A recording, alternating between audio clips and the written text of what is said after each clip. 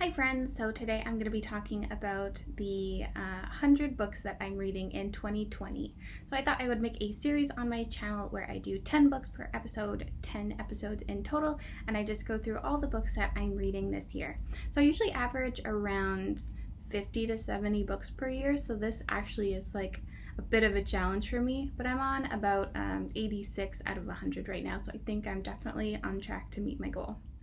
The first book I read in 2020 was Monsters of Men by Patrick Ness, which is the third book in the Chaos Walking series. So I don't know if any of you have read this series, but I just find it so incredible and well written. It's one of the most unique dystopians I've ever read, and it's just hard to explain why, except the writing is just so beautiful, and Todd, the main character, is just like such a sweet little cinnamon roll, and he goes through such a hard time, and you just really want all of the best things for him to happen. The first book, which was The Knife of Never Letting Go, he has this dog, Manchi, who is my favorite literary character of all time. He's to kind of preface it, this is a futuristic dystopian world that this group of settlers have flown to, so it's on another planet, and they've flown to kind of start a new life. So it's got some kind of old-fashioned religious settler Old West undertones to it, like mixed together with all this futuristic equipment from the ships and the machines that they flew to the planet with. So they've settled on this world, and now Todd lives in this town that only has men in it, and there's kind of a mystery of where all the women went, what happened to them. And then the other unique thing about this world is that you can hear each other's thoughts. So all the men can hear what each other are thinking. They can even hear what the animals are thinking to a certain extent. So Todd has this dog, Manchi, and his thoughts are just so pure. He's just like, Todd, need a poo, Todd. And it's adorable. It's so cute and wholesome. So I just love this series so much. So the third book kind of wraps up the storyline, big boss battle. I don't want to give away too many details in case you haven't read the series, but I gave it 5 stars, and I cried a lot. It was a perfect ending. Highly recommend. The second book I read was Cruel Beauty by Rosamund Hodge, which is a kind of a Beauty and the Beast retelling. It's got sort of like an ancient Roman or Greek kind of theme to it. That's what it's like, a fantasy ancient Rome or Greece.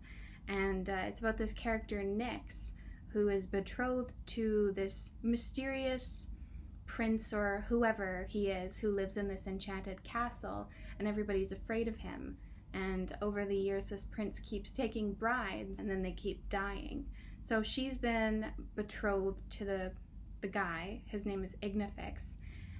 But she's just not gonna go quietly. She decides she's gonna go and try to kill him. So the story unfolds as she gets to know Ignifix while trying to kill him, and also she learns that there's a bit of a curse on the castle, so it becomes about breaking this curse. I thought it was a really interesting retelling. It's definitely one of the more unique Beauty and the Beast stories that I've read, so I gave it 4 out of 5 stars. The third book I read is And I Darken by Kiersten White. So this is the Conqueror saga #1. It's about the children of Vladimir Dracula, the guy who Dracula was based off of, his children. So it's all about them living in this country of Wallachia, and then they meet what is to become the king of the ruler of the Ottoman Empire, so the Turkish Ottoman Empire. So they become friends with him as a young boy, Mehmed, and it's just a really interesting kind of story about female empowerment, because Lada, she wants to succeed her father and become the ruler of her country. She loves her country, but she's a woman, so back in those times her job was to be quiet in a corner and like pop out babies. But she's like, no, screw that. I want to fight. I want to be the ruler of this country. Whereas her brother Radu is a lot more gentle and cerebral. He just wants to like study religion and find somebody to be friends with. He's just a very sad, lonely boy. So the story is about the friendship of these three, as throughout history things happen with the Ottoman Empire. I gave this book 4 out of 5 stars.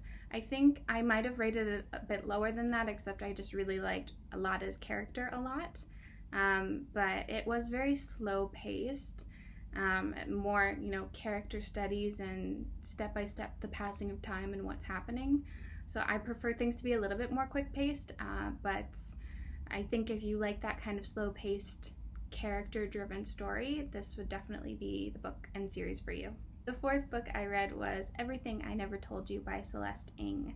I gave this 5 stars. It was, how do you find the words? This was a book club book, actually. I had a book club for a while before the pandemic with a bunch of people from work, and we did American Gods by Neil Gaiman as our, I can never tell if it's Gaiman or Gaiman. I think Gaiman, Neil Gaiman, that guy. So we did American Gods, which was like a really ambitious book to pick for our first book, so we decided to do this for our second one. And it's a story about a family in the 70s. It's a mixed racial family, so the father is Chinese and Chinese American, and the mother is white, and they have 3 children. So the story starts with the middle child, Lydia, being found dead. And that's not a spoiler, to quote my friend Alix. It's on the back of the book. She was talking about this in a YouTube video just the other day. If you guys want to go check it out, it's my friend Sophia's channel, The Sunrise Inside. I'll link it down below if you want to watch it. Lydia is found dead, and that's what starts unraveling all of these secrets and things that were kept hidden within the family, and they kind of come to realize that Lydia isn't the perfect daughter that they thought she was, but also the parents aren't, the perfect cookie cutter figures that they pretended to be. And it's just such a beautiful, sweet, bittersweet story about the secrets that you keep from people you're close to. And it kind of makes you wonder how many people in your family have these kind of huge things that they've just never told you. It's really interesting. Book number 5 is We Were Liars by E. Lockhart.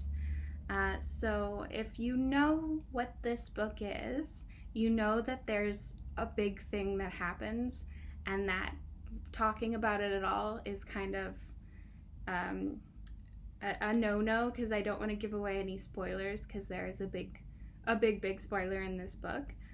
I gave it 3 out of 5 stars. I know a lot of people really love this, and I understand why. Like, the thing that happens, it really shocked me as well, and I definitely was like sobbing buckets. But I think it was more like, I don't know, it only made me sad because of the sad thing. This is hard to talk about without giving too much away, but it just felt more like it was a sad thing just to make the reader cry.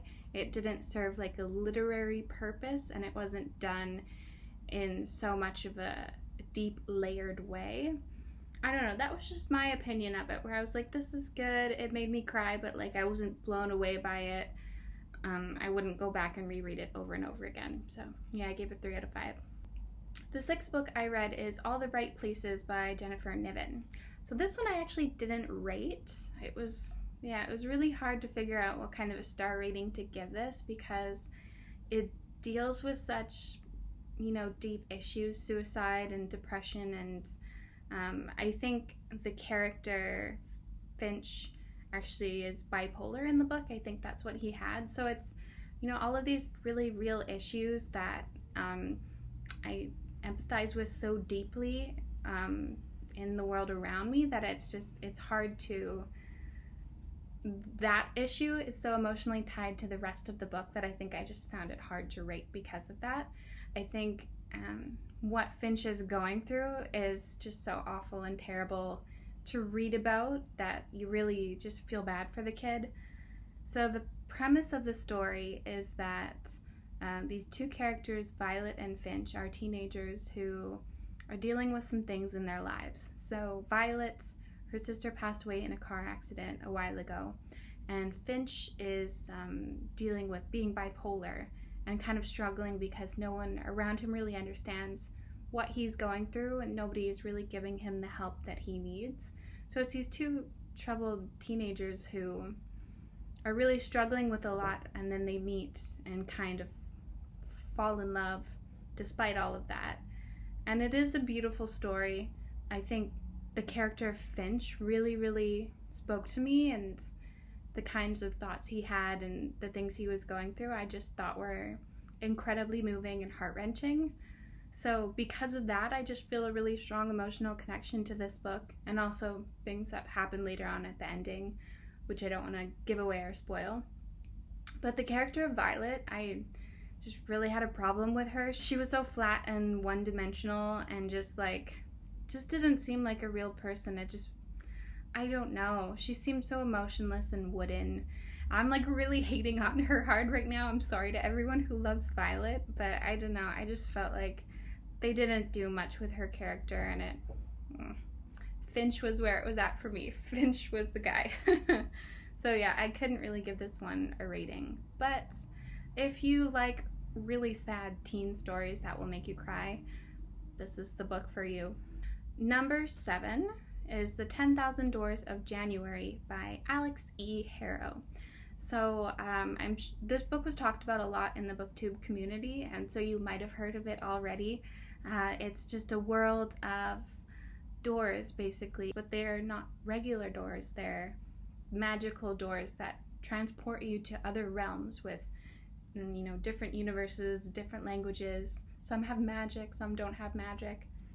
It's about this girl, January, and this book that her father leaves her. So her father suddenly disappears, and he leaves behind this book telling a story of two people who traveled through these doors and fell in love with each other, and then they got separated and are trying to find their way back to each other. So amidst it all is January trying to unravel the mystery of who these people are, what the doors are, and there's also some sort of mysterious figure trying to destroy the doors. I don't know how to describe it other than it's just a really magical book, and I liked it a lot. I gave it 4 out of 5 stars. The 8th book I read was How Not to Die by Dr. Michael Greger, which I know that's kind of random. There's a reason. So I am vegan, and it's a book all about the plant-based lifestyle. It's basically split into 2 parts. So the first half talks about the top 10 major illnesses and reasons that people die. So it's a lot about preventative medicine through the food and the lifestyle, food you consume and the kind of lifestyle you lead. And then the second half of the book is going through all of the foods that he mentions one by one and kind of listing their exact health benefits. So like ginger, turmeric, leafy greens, kale. It's just very sciencey and medically. Is medically a word? It was just a big nerd fest for me, and I just learned a lot, and it just made me really happy that I'm vegan. I gave it 5 stars. It took me 6 months to read because the book is that thick. It was a chonker, but totally great.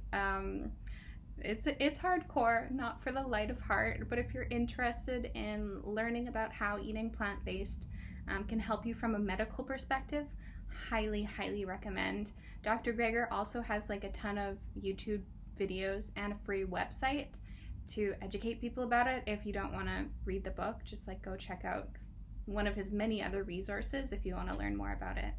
Number 9 is Solo by Kwame Alexandra. And this was such a cool book. I had never written a book written in verse before, so it was just a really unique experience for me. And I had no idea it was going to be written in verse. I just picked it up and I was like, oh cool, it's about a musician. I love reading about people who are into music, so I just thought it would be fun. I ended up giving it 3.5 stars.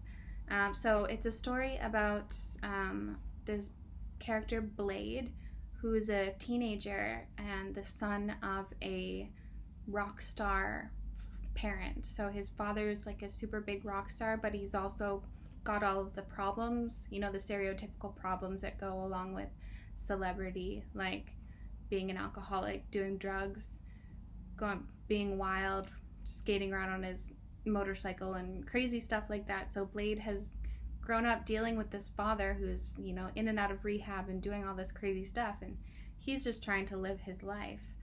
And then he falls in love with this girl named Chapel, and her parents are really against her dating him because of his dad, and the parents are from a religious family, so they're very just like, he's a sinner, he drinks alcohol and whatever. I don't know. He's a good kid though. He's a good kid. So he's a musician, he plays guitar, and one of the things I really liked about this book is that interspersed with the verses were songs and song lyrics that Blade was actively talking about in the book. As I was reading, I would go and pull up the song and listen to it as I read, and it just like was very atmospheric. So the second half of the book, Blade takes a journey to Ghana to find his mother, because he feels like there's this piece of him that's missing. And I really loved this part of the book. It was just the way he talked about the country and the people and the town, and how they all like, you know, interacted with each other. It was just very like warm and cuddly and beautiful and colorful. So yeah, I think ultimately it's just a story about music and figuring out who you are at that age. And yeah, I really liked it. I would definitely read more books written in verse, because it was just such a unique experience. Number 10 was Never Fade by Alexandra Bracken, which is the second book in the Darkest Minds trilogy. So the Darkest Mind trilogy is about a world where children under a certain age all start to develop these strange magical powers. So some of them are telekinetics, and some of them can read or control minds. Some of them can control electricity, and some can, what's the fourth type? Some are just really good with, like, that's my thinking face. Some of them are able to control technology, or they're just like really smart, which is like cool, I guess. I don't know, I always felt like that was kind of the lamest of all of the powers. It's like, great, this guy can like levitate objects, and I can like code a computer. Cool. Like, yeah, so it's this kind of a world, and the adults are all like really scared of what the kids can do, so they take them all and put them in these like concentration camps basically. So the book is about this girl Ruby, who is one of these creatures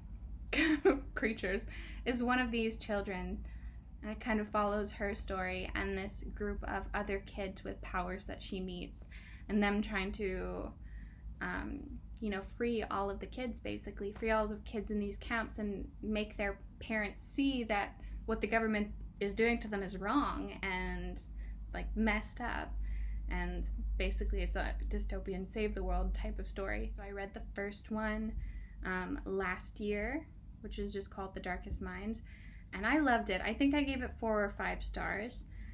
This one I gave 3.5. It was honestly like, I remember it being such a struggle to get through the beginning of this book, just because Darkest Minds like ended off on such a huge cliffhanger, and like some stuff went down, and I was just really expecting to like dive right into that all when this book started, and it was just like very weird and chaotic and jumbled, but not in like a purposeful way. It didn't feel intentional to me. It just felt like disorganized, and I just wasn't a fan of the beginning of this book at all. It kind of picked up a little bit eventually, but also there was parts later on that just like didn't need to be in the book. Like she could have just like cut out a quarter of the book of just plot that was unnecessary and didn't need to happen.